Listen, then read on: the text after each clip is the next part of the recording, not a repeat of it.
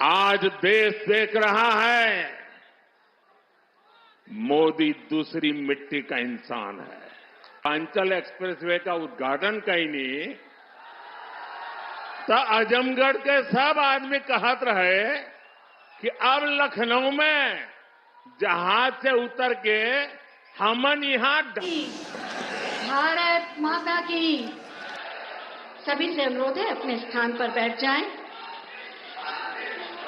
आजमगढ़ की इस पावन धरती पर विकास के इस महाकुंभ में भारतीय जनता पार्टी के प्रदेश अध्यक्ष और विधान परिषद के सदस्य श्रीमान भूपेंद्र चौधरी जी,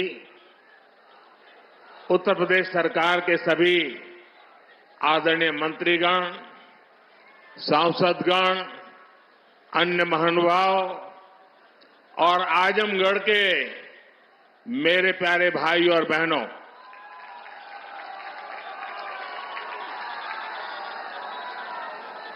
आज आजमगढ़ का सितारा चमक रहा है।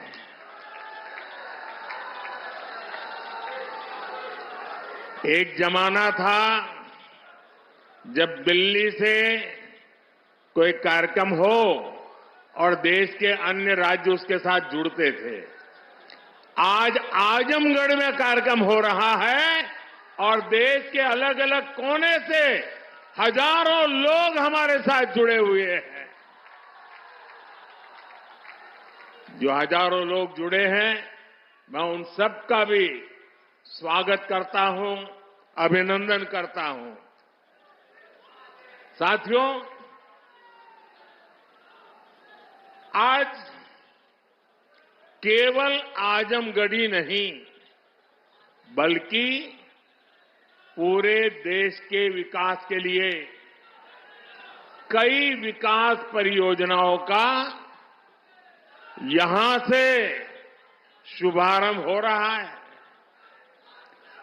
जिस आजमगढ़ को देश के पिछड़े इलाकों में गिनते थे, आज वही देश के लिए विकास का नया अध्याय लिख रहा है।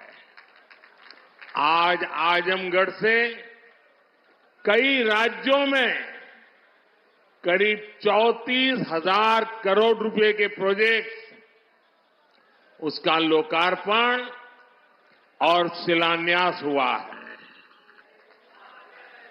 आजमगढ़ के साथ साथ श्रावस्ती, मुरादाबाद, चित्रकूट, अलीगढ़, जबलपुर, ग्वालियर, लखनऊ, पुणे, कोल्हापुर, दिल्ली और आदमपुर,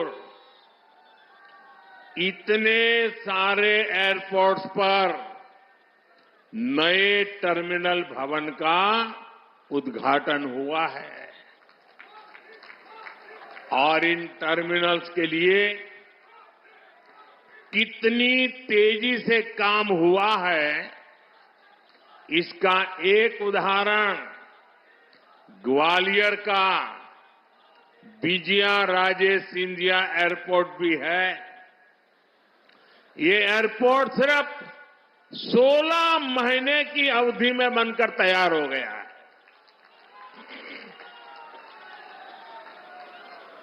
आज कडप्पा, बेलगावी और हुबली, ये 3 हवाई अड्डों पर नए टर्मिनल भवनों का शिलान्यास भी किया गया है।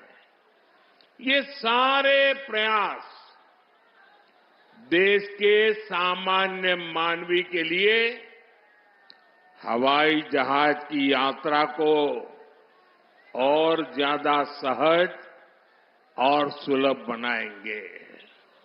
लेकिन साथियों, आप देखिए, पिछले कई दिनों से मेरे समय की मर्यादा के कारण मैं एक ही स्थान पर से देश के अनेकों प्रोजेक्ट का लोकार्पण कर रहा हूं।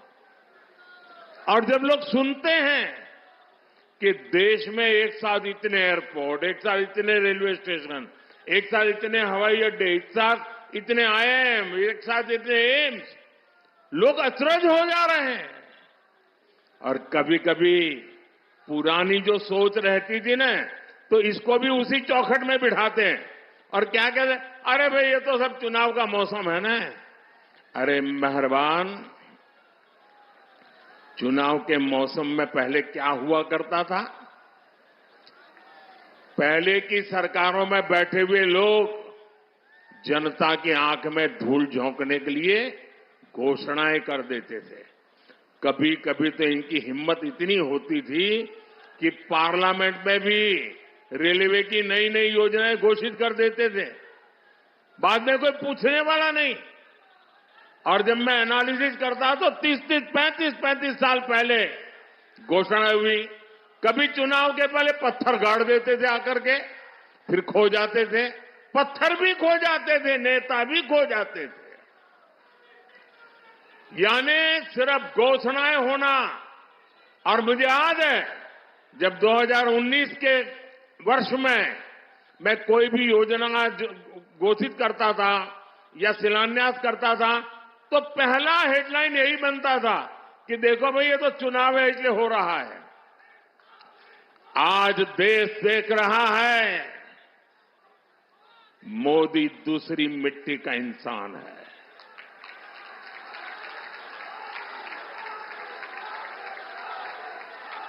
उन्नीस में भी जो हमने शिलान्यास किए वो चुनाव के लिए नहीं किए थे।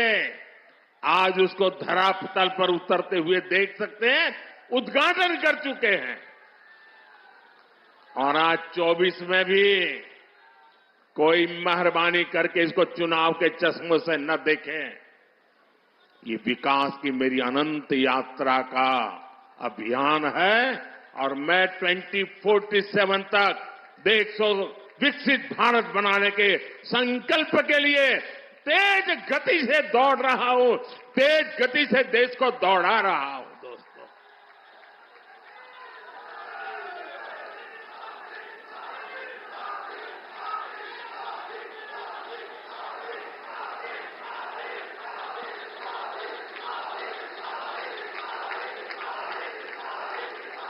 आजमगढ़ का इतना प्यार, इतना स्नेह देश भर के लोग आज जुड़े हुए देख रहे हैं। आपका ये उत्साह देख रहे हैं और मैं देख रहा हूं पीछे जितने लोग अंदर पंडाल में हैं उससे ज्यादा धूप में तप रहे हैं। भैया ये प्यार अद्भुत है।